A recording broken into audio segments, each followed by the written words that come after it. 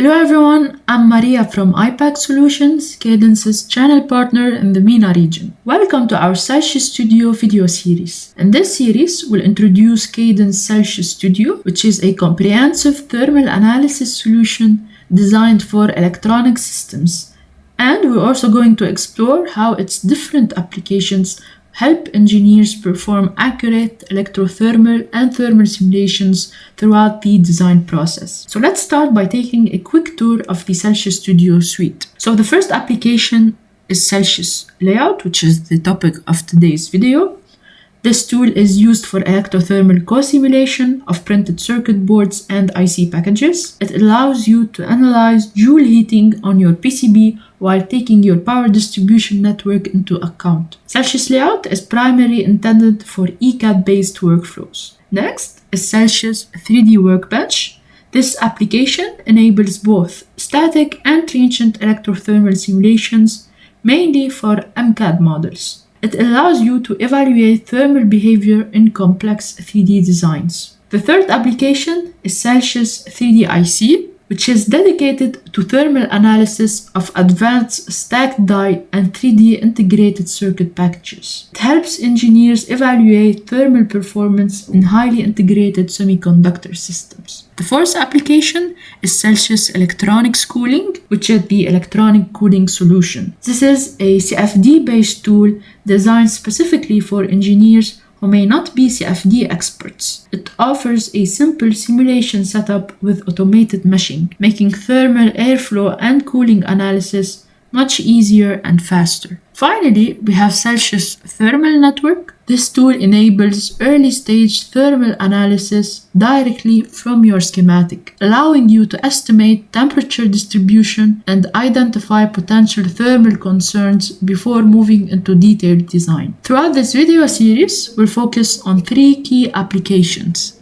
Celsius Layout, Celsius 3D Workbench, and Celsius Electronic Cooling. Each application will have its own dedicated video where we'll cover the workflow, setup process, and practical demonstration. With that overview complete, I'm gonna open Celsius Layout and begin our first demo. So over here I have my layout workbench, which is the environment where I will be doing my electro-thermal co-simulation. Over here I have my workflow panel, and it's oriented in a way so that you have all of the steps that you need to do to set up your board before doing any simulation. And the first thing I want to do is I want to load my layout file.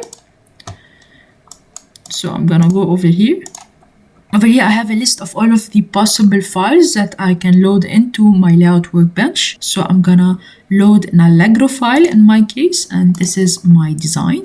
And any layout file will be translated into a .spd file, a speed file, which is the file format of layout workbench. Now the next thing I need to do is I need to select the nets that I will be using in this design. So if I need to do a simulation, I don't need to import all of my nets. I can specify just the ones that I will be using. In my case, I will be analyzing the 1.2 volt net and the 1.5 net, as well as my ground net. There it is. And then I'm gonna select OK. Now my layout will be loading with the specific nets. So here I have a 2D view of my layout. Over here I have my layer selection, where I can switch between the different layers. Over here I have my toolbar, where I can do some changes on my layout if I wanted to. I also have the net manager, where I have a list of all of the nets for my design. In my case, I only have the nets that I have selected when I have imported my board. Now I'm gonna enable ET co-simulation mode so that I can do an electro-thermal co-simulation. And the first thing I need to do before doing any setup is to make sure that my stack up is correct. So I need to select my stack up. Over here I have the different layers for my components. I have my copper over here. I have its conductivity. I can also check the material for my components from here. So here I have a list of all of the materials that are used in my stack up. In this case, the copper is not temperature dependent. So I want to have my copper temperature dependent, since the conductivity actually changes with the changes in the temperature. So I'm gonna select show global library. I have here a huge list of all of the materials I have, and I'm gonna select the copper material, which is this one, where the conductivity is dependent on the temperature. Then I'm gonna select export to design and then yes, to replace the old material with the new material. And now I'm gonna select OK. Now over here you can see my conductivity is now temperature dependent. Alright, now that I made sure my stack up is correct, there's two main aspects that I need to take into consideration for the setup. There's the electrical aspect and then there's the thermal aspect. For the electrical aspect, I'm talking about the VRM and the sinks, and for the thermal aspect, I need to specify which components will be dissipating heat and what is the power dissipation for these components. So first, I want to select my power and ground nets, and I want to make sure that I have their correct voltage value. So I'm gonna set up my components and I'm gonna choose some components, and the tool will check which power and ground nets are connected to these components and they will list them for me. So in my case, I'm gonna select my DDR4 component, which is this component over here, and also my DDR3 component, which is this one over here. And then I'm gonna select next. And now the tool listed the power and ground nets that are connected to these components. Then I'm gonna select next. Over here, I specify the voltage value for these components. And once this is done, if I go to my net manager, you can see now I have the voltage specified for my power and ground nets. Now I want to set up the VRM. I'm gonna set up two VRM, one for the 1.2 volt net and one for the 1.5 volt net. So I'm gonna select setup VRM. I'm gonna create VRM by using existing components. I'm gonna select my nets. Over here, I have a list of all of the components that are connected to my 1.5 volt net and my ground net. I'm gonna select the VRM for my 1.5 volt net, which is this one, and a nominal voltage of 1.5. And then I'm gonna select finish. I'm gonna also set up these sinks. I'm also gonna select my 1.5 net, my ground net. Over here, I have a list of all of the components that are connected to these nets. So I'm gonna select all of my components except my VRM and my capacitors. And then I need to specify some values over here, the upper tolerance and lower tolerance. I'm gonna specify as 4, the pass and fail mode as average, and the current for these components as 3 amps. And then I'm gonna select finish. For now, I'm gonna skip the setup for my VRM and my sinks for my 1.2 volt nets. So I want to mention that here I have a list of all of these sinks that were set up. Now for the thermal aspect, I need to set up my ambient temperature. I'm gonna keep it at 25 degrees Celsius. Then I need to select my thermal components, so which component will be dissipating heat. So I'm gonna select U1, for example, which is my memory controller over here. Also select XP1, which is my DIMM connector over here. There's also lots of components that I can select. For now, I'll be selecting these two.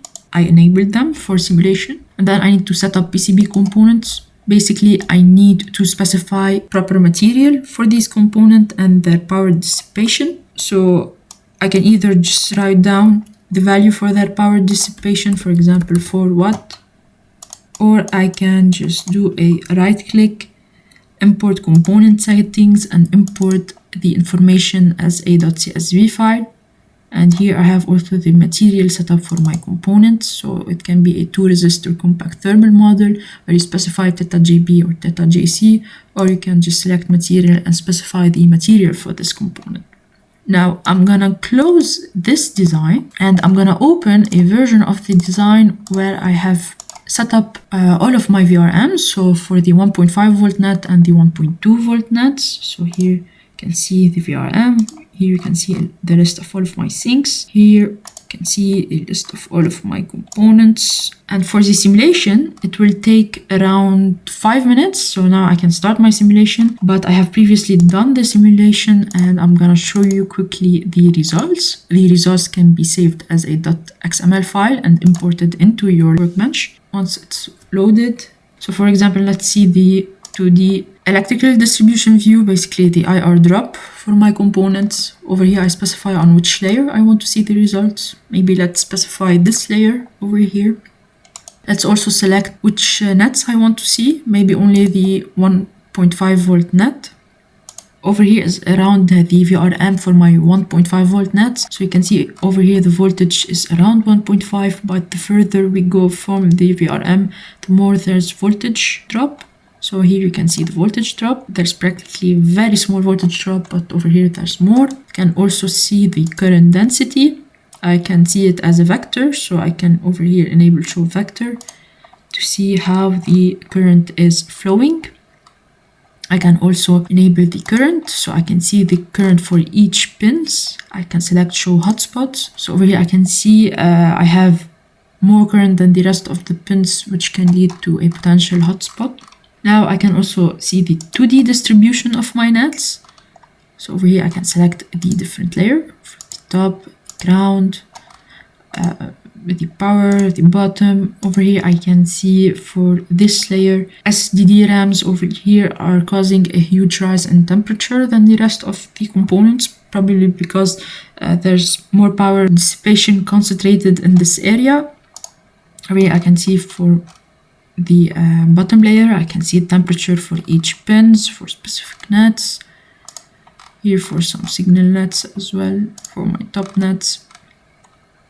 I can also see a 3D view of the design. So maybe I can see the via my components, select refresh, and they will be loaded over here. So for the different component, I can see their temperature, and also for individual vias, I can see the temperature. So thank you for watching this video. This was the first video on my Celsius Studio YouTube series. This video focused on how you can do electro-thermal co-simulation inside our Celsius layout. I'll see you in the next video.